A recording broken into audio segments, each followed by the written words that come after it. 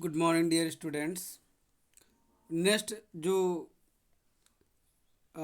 Individual ये जो on the basis of ownership को बेस मान करके जो रिसोर्सेज था उसको प्रीवियस वीडियो में आप लोग ये जाने कि इंडिविजुअल रिसोर्स है, कम्युनिटी ओन्ड रिसोर्स है, और जो थर्ड है वो नेशनल रिसोर्स है जो राष्ट्र के कंट्रोल में है।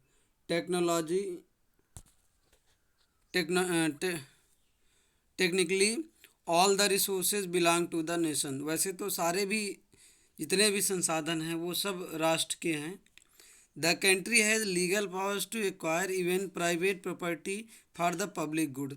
तो देश के पास ये लीगल पावर होता है कि वो प्राइवेट प्रॉपर्टी को भी पब्लिक गुड लोगों की भलाई के लिए यूज कर सकता है। मतलब इंडिविजुअल कंट्रोल्ड जो रिसोर्सेज हैं उसको अपने कंट्रोल में ले सकता है। You might have seen roads, canals, railways being constructed on field owned by some individuals. तो आप लोग ये भी देखे हैं कि जो रोड बनता, नहर बनता, रेलवे लाइंस बिछती हैं, तो ये वहीं पे जाती हैं जहाँ पे सम इंडिविजुअल्स के कंट्रोल में होता है। तो गवर्नमेंट्स पब्लिक वेलफेयर के लिए उसको ले सकती है।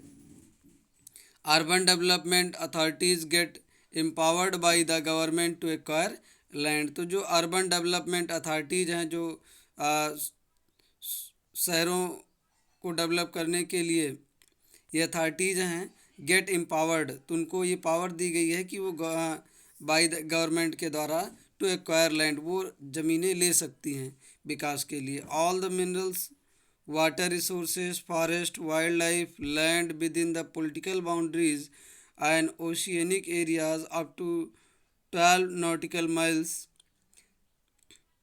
22.2 kilometer from the coast termed as territorial water and resources therein belong to the nation। तो जो भी जितने भी मिनरल्स हैं, वाटर रिसोर्स हैं, फॉरेस्ट हैं, जंगल हैं with in the political boundary, मतलब देश के कंट्रोल में, बाउंड्री के अंदर जितने भी ओशियनिक एरिया में समुद्री क्षेत्रों में up to 12 nautical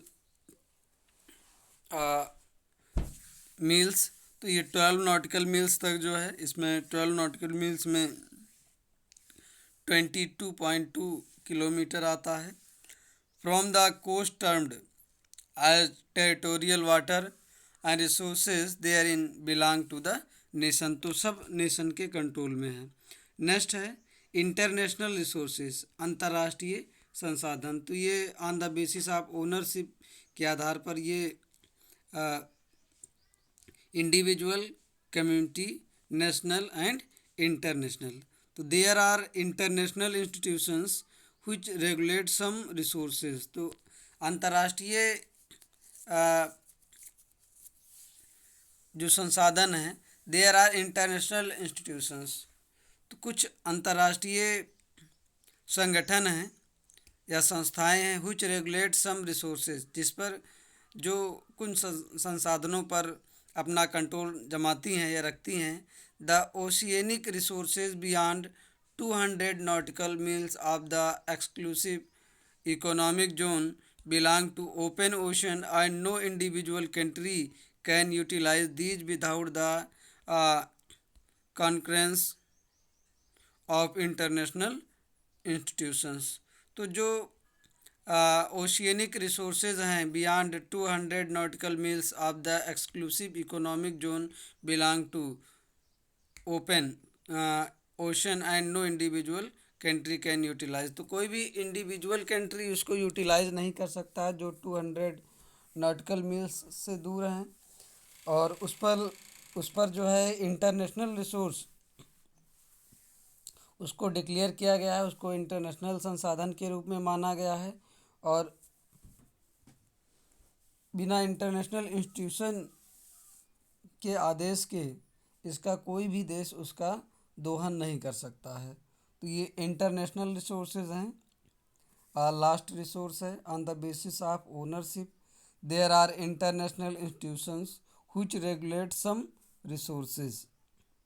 The oceanic resources beyond 200 nautical miles of the exclusive economic zone belong to open ocean, and no individual country can utilize these without the concurrence of international institution. तो कोई भी country ये international institution के permission के बिना इसका दोहन नहीं कर सकती है। Thank you.